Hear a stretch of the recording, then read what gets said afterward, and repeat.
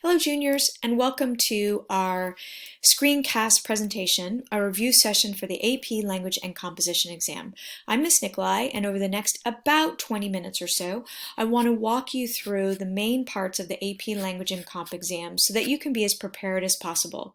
Now this screencast is designed to be looked at in many different ways. You can sit down and look at the whole thing all the way through, or you can tackle in bite-sized portions, maybe checking out one part of the exam, pausing, going back to it a little bit later, practicing in between. Please use this however it best fits your preparation needs. So first off, let's go over the goals of the screencast. I'm hopeful that by the end of our time together, you'll understand the overall format of the exam. It consists of two parts, a multiple choice part, which is 60 minutes, and then 3 essays in part 2, and that you'll have time for about 2 hours and 15 minutes. The second goal I hope we'll accomplish today is to understand some strategies for approaching the multiple choice section of the exam, and finally learn about how to approach and organize the essay questions. So here we go. First, you might want to pause our screencast and download these documents. They can be very helpful resources. The first are some AP exam notes that reflect contributions from all of our English teachers here at SI. There's some helpful background information on the exam, some great terms to use for tone, and some literary devices. The second handout consists of example multiple choice questions, and so this is a good practice for you. You will actually see the questions and the correct answers. And the last handout is an essay written by Richard Rodriguez, which we will reference for the rhetorical analysis part of the review. So here we go. First off, the multiple choice section will be the first part of the exam, and it will consist of about 5 passages and between 45 and 55 questions about those passages.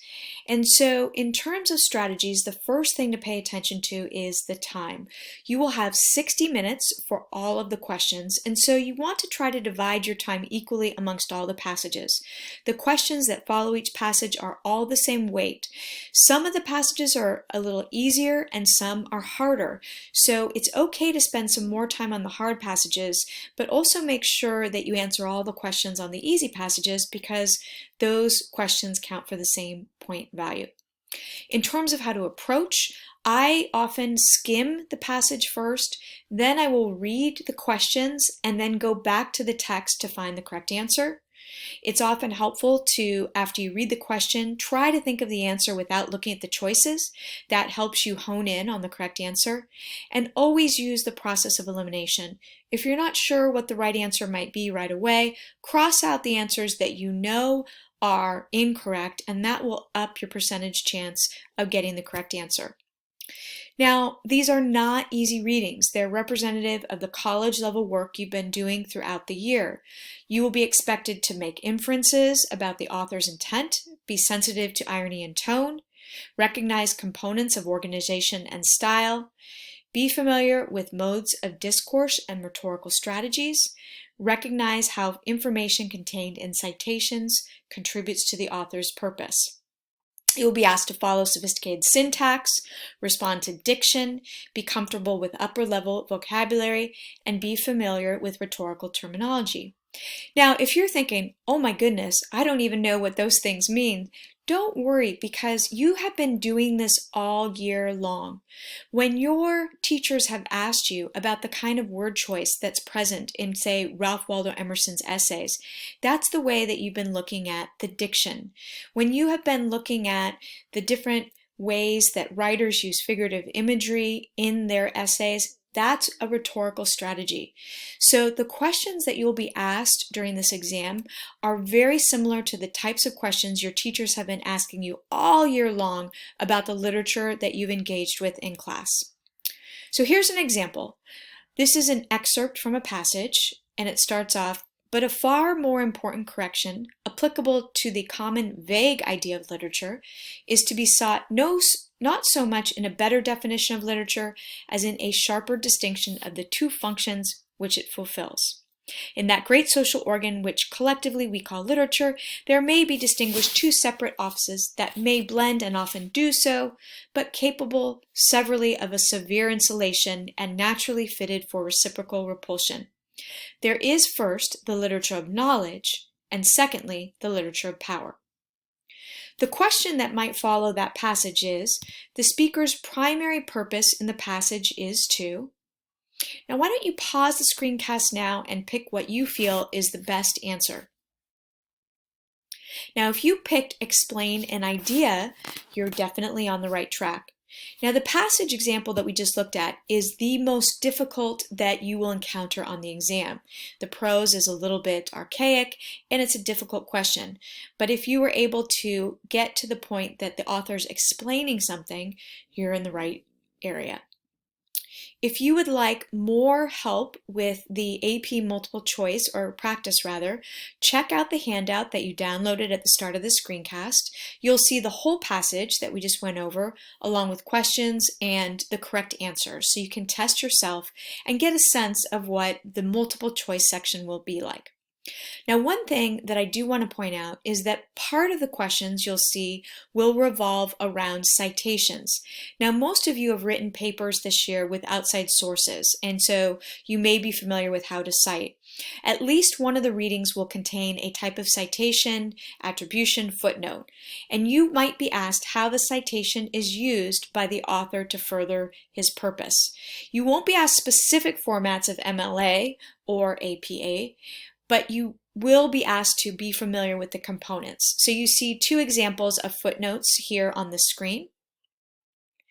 And another example footnote question is as follows. So you see the footnote in blue, and the question is, the purpose of the footnote is to inform the reader that the quotation in line 49, and you can go through the sources or the questions, responses rather, below, pause the screencast, pick one, and if you chose E, you're exactly right, because you recognize that Wilson, Pilgrim, and Tajin are the authors, and the book was published in 1986.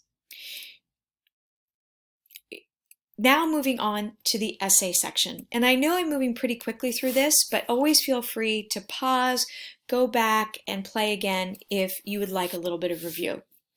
Now, there are 2 hours and 15 minutes provided for the essay portion of this exam. That translates into about 40 minutes per essay, along with 15 minutes to read the synthesis docs. Their essays are the argument-free response essay, the synthesis essay, and the rhetorical analysis essay. I'm going to talk about all three, and we're going to start with an essay structure that you should use for all three responses. Your introduction, unlike some of the formal papers you've written for your English classes this year, should be short, probably 2 to 3 sentences, and your thesis should be the last sentence of your introduction, and your thesis should always answer the question. For the body of your essays, you want to aim for about 2 to 3 paragraphs. One body paragraph can be okay, but aim for 2, and if you get 3, then you're golden. That will take you to that 5-paragraph essay that your English teachers have talked about this year. And then always have a conclusion, even if you only have time for one sentence to show your reader that you know how to close your essay. Make sure you save time for that. Now, you will not probably get reminders of when your 40 minutes is up. It's up to you to plan your time appropriately. Now, how the scoring works on your essays. You can get up to 6 points on each essay. When your reader reads your essay, she'll assign either 0 or 1 point for the thesis. Does your essay have a thesis that responds to the prompt and identifies some of the rhetorical strategies? You'll receive between 0 to 4 points for the level of evidence and commentary that you include in your essay. They will look at whether or not the evidence is specific and connects to the thesis and argument, whether or not the commentary explains how the evidence relates to the thesis and argument, and are the rhetorical devices in the rhetorical analysis prompt explained and connected to the thesis. You'll see that everything needs to connect to your thesis. And then there's one extra arbitrary point that is given for sophistication of thought, to reward individuals who really are able to respond to a high level to the prompt. All right, let's talk about rhetoric, the rhetorical analysis. Now, rhetoric is just a fancy word to talk about how we use language to appeal to an audience. It's basically the literary devices or choices a writer makes in order to convey her purpose. The analysis part is the part where you are going to unpack or take apart a passage to identify how the elements of the essay contribute to the theme. That's it. So, for the rhetorical analysis essay, you are going to explain how an author conveys his or her main point.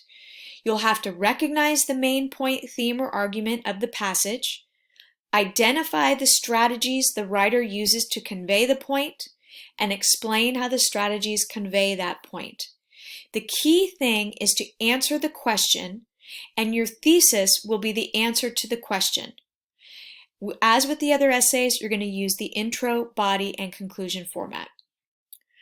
Some of the strategies you want to use in order to identify rhetorical devices, I like to use the acronym LENT to stand for language, examples or use of details, the narrative structure, or the tone, the author's attitude towards the subject.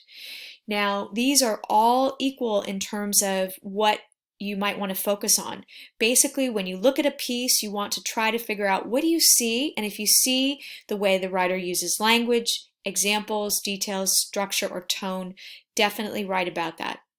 In terms of language, that's asking you to pay attention to the diction or word choice. You can think of whether or not the writer uses formal, colloquial, slang diction, and you see some examples there. Give me that and could I have the milk, if you please, can convey the exact same sentiment, but the word choice suggests very different settings and very different speakers. You also see that with bug versus cockroach versus Paraplaneta americana. By identifying the type of diction a writer uses, that often gives us the skills or helps us identify what a theme is in the piece. Syntax refers to sentence patterns, long versus short sentences, questions, punctuation, almost the grammar of the piece. Figurative imagery or figurative language is the kinds of things we look at when we look at poetry, and we also want to acknowledge them in prose as well. Those are similes, metaphors, personifications. You can also pay attention to sound devices like alliteration, assonance, anaphora, and onomatopoeia. On the AP Language Notes handout, you'll see definitions for all of these, so you can go ahead and look them up, along with other literary devices you see on the screen like hyperbole, litotes, irony, paradox, pun, etc. So you want to be on the lookout for identifying these pieces in the essay that you will read. Couple of quick tricks. Don't say the author uses diction. Make sure you identify what kind of diction, like formal diction or colloquial diction. And the same thing with tone. Don't say the author uses tone. Identify the kind of tone. The author uses a bitter tone, a naive tone, a sentimental tone, because your audience is going to want you to identify what kind of tone or diction the writer uses. Let's see how this works. You can think about, in terms of language, the word home. The literal meaning, or the denotation, means a literal place to live, but the connotation can suggest comfort or security. And when you're analyzing the rhetoric of a piece, you want to keep your eye out for the connotations of the language that you use. That's going to give you a lot of meat to unpack. One last thing that you can look at when you're looking for rhetorical devices are the way that an author appeals to the reader. Your English teachers may have spoken about this year. The writer might appeal to ethos, meaning asking, trust me, I'm a credible, knowledgeable source, or appeal to pathos, where the writer will appeal to the audience's emotions, where the writer will want us to trust our feelings or personal interests that I've played on, or appeal to logos. And the writer in this sense is appealing to the audience's sense of logic, trust the facts, statistics, and quotes. So a writer can appeal to any of these three things in order to convince the audience about a particular theme or purpose. Here's how it works. You may see a question that looks like this. The following passage was written by Richard Rodriguez, the first college-educated member of his family. Read the passage carefully, then write an essay analyzing how Rodriguez's presentation of the events in the passage suggest his attitude towards his family and himself. You might consider such elements as narrative structure, selection of detail, manipulation of language, and tone. Now you may notice that the elements that are put in this question are exactly what we just spoke about in terms of rhetorical devices. Now the first thing you want to do is you want to generate a working thesis. I do this even before I read the piece because it helps me structure my ideas. So my working thesis is Richard Rodriguez's attitude towards his family is blank, and he shows this through blank, blank, and blank. The blank, blank, and blank are the rhetorical devices, and the attitude towards his family is the theme of the passage. If I set up this working thesis, it's going to help me identify the key elements of the essay. And since this is my thesis, it will be the last part of my introduction. Again, remember, a 1 to 3 sentence intro. This is the website for the essay that you probably downloaded at the beginning of the screencast. If you'd like to look that, we're going to look at just an excerpt here. So you can read and annotate this passage, pause the screencast, you can work on the handout, or you can just look at this screen right now. And what you'd like to do is try to again figure out what is Rodriguez's attitude towards his family and what are some of the rhetorical devices he uses to convey that. So go ahead and pause for a few minutes, see what you can come up with, and when you're ready to start back up, play. Now, at this point, in terms of time, which is something you want to pay attention to, you've read the question, you've generated a working thesis, that should take you about 3 to 4 minutes. Then you want to read and annotate the passage. It'll be about 500 words or so, and that should take about 5 minutes.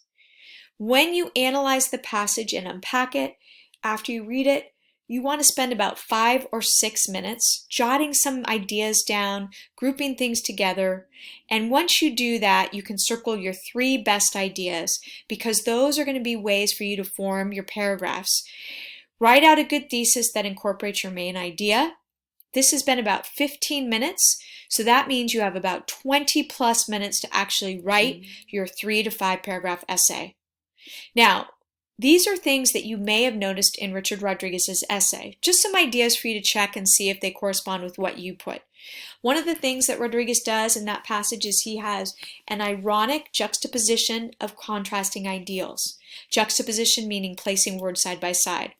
The mom wants the children to be successful in the first paragraph, but it's ironic because even though the kids have possessions, they've also left home and she and her husband are alone. The wealth of the mink coat and the luxury vehicles go next to the thin mom and dad. And although the mom is wreathed in gifts, she looks worried and seems small. Rodriguez uses short and choppy sentences, parentheses, rhetorical questions, and these all almost give a questioning feel to the essay. Other things that I might notice is the diction, lots of negative connotations of words like uncomfortable, listless, tired. And the tone seems regretful. Only spoken a few words to the father at the end of the personal essay, and there's almost a sad feel. So once I've identified these rhetorical devices, I'm going to try to fill in the blanks on my thesis. And this is an example of how I might do that. Through ironic juxtaposition of contrasting details, choppy syntax, and a regretful tone, Richard Rodriguez suggests that material possessions do not lead to a family's emotional well-being. Now, I'll have 1 paragraph on my irony, 1 paragraph on choppy syntax, and 1 paragraph on regretful tone. I want to make sure that I use short quotes, that I introduce them correctly, and I cite them parenthetically as shown on the screen. And here is an example of how to do that. Another example, when Rodriguez writes at the end of the essay and then that closing quote, he highlights the separation he feels with his father and his tone seems regretful. Always connect the rhetorical devices with your thesis. I recommend that you type your essays. They are letting you write out and upload a picture, but you should probably type. And then remember, short intro, at least 2 body paragraphs, a 1-sentence conclusion is okay. If you can, save 2 to 3 minutes to do a last-minute proofread. Now you'll see more instructions on the AP app, but this gives you a general sense of how to approach the essay. Now the second essay that you will be charged with writing is the free response essay. Typically, SI students find this the easiest. It's very similar to the junior writing exam. Students will create an evidence-based argument that responds to a given topic. You will be asked to formulate an argument in which you agree, disagree, or qualify your thoughts on the view. And qualify means you kind of agree, you kind of disagree. You'll be asked to use examples from your life, literature, history, and culture to support your position. Very similar to the junior writing exam. Here's a couple of examples of what you might find. In 1891, Irish author Oscar Wilde observed, "Disobedience in the eyes of anyone who has read history is man's original virtue. It is through disobedience that progress has been made, through disobedience and through rebellion." Wilde claims that disobedience is a valuable human trait and that it promotes social progress. Write an essay that argues your position on the extent to which Wilde's claims are valid. Use appropriate examples from your reading experience or observations to support your argument. Here's one more example. Contemporary life is marked by controversy. Choose a controversial local, national, or global issue with which you are familiar. Use evidence. Write an essay that considers the opposing positions on this controversy and proposes a solution or compromise. And then one last question, you can read this on your own, but it asks you about the value of polite speech. And again, do you agree or disagree using examples from your own life? In terms of timing, you want to use similar timing that you do for the rhetorical analysis, about 10 to 12 minutes to think of your response and organize your ideas, about 20 plus minutes writing, and try to save a little bit of time for proofreading. Now, the last essay that you'll be asked to write is the synthesis essay. It's very similar to the history DBQ essays that you've been doing throughout your time at SI. You will read documents about an issue, formulate an argument, agree, disagree, or qualify your stance, and then use the documents to support your position. You'll be asked to quote and cite correctly. You'll have to read all the information, including the introduction. Here are some tips. Make sure your thesis answers the question. This is really key. You need to include at least 3 sources, quotes from 3 documents, or you will not get a passing score. And the key is to try to synthesize, analyze, instead of just summarizing what the sources are about. At least one text will be a graph, a picture, a table, so you want to try to analyze it as you would a literary text. You can see an example on the screen right here. This is a very typical example about a very general topic. This is about national school curriculum. They'll give you an introduction, then they will assign you the prompt. For instance, this asks you to write an essay about whether or not there should be specific text that all high school students read.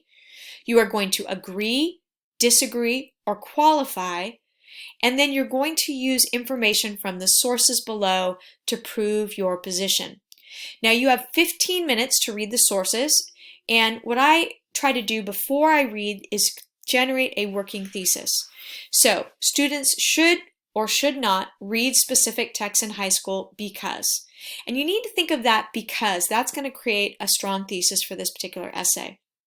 Now, in terms of what to do, I like to read all the sources as quickly as I can, and I mark, are they pro or are they con? You will have approximately half pro articles that are pro, agree, and half that are con. So that just helps me organize my ideas. I decide which sources are going to help me prove my point. I'm going to organize my essay by idea or source. So I might have 3 main ideas. Why I believe, for instance, that all high school students should read a certain English curriculum, and then I can have 1 paragraph on each idea.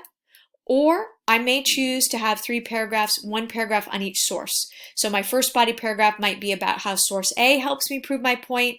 My second body paragraph might be about how source D helps me prove my point, and so on.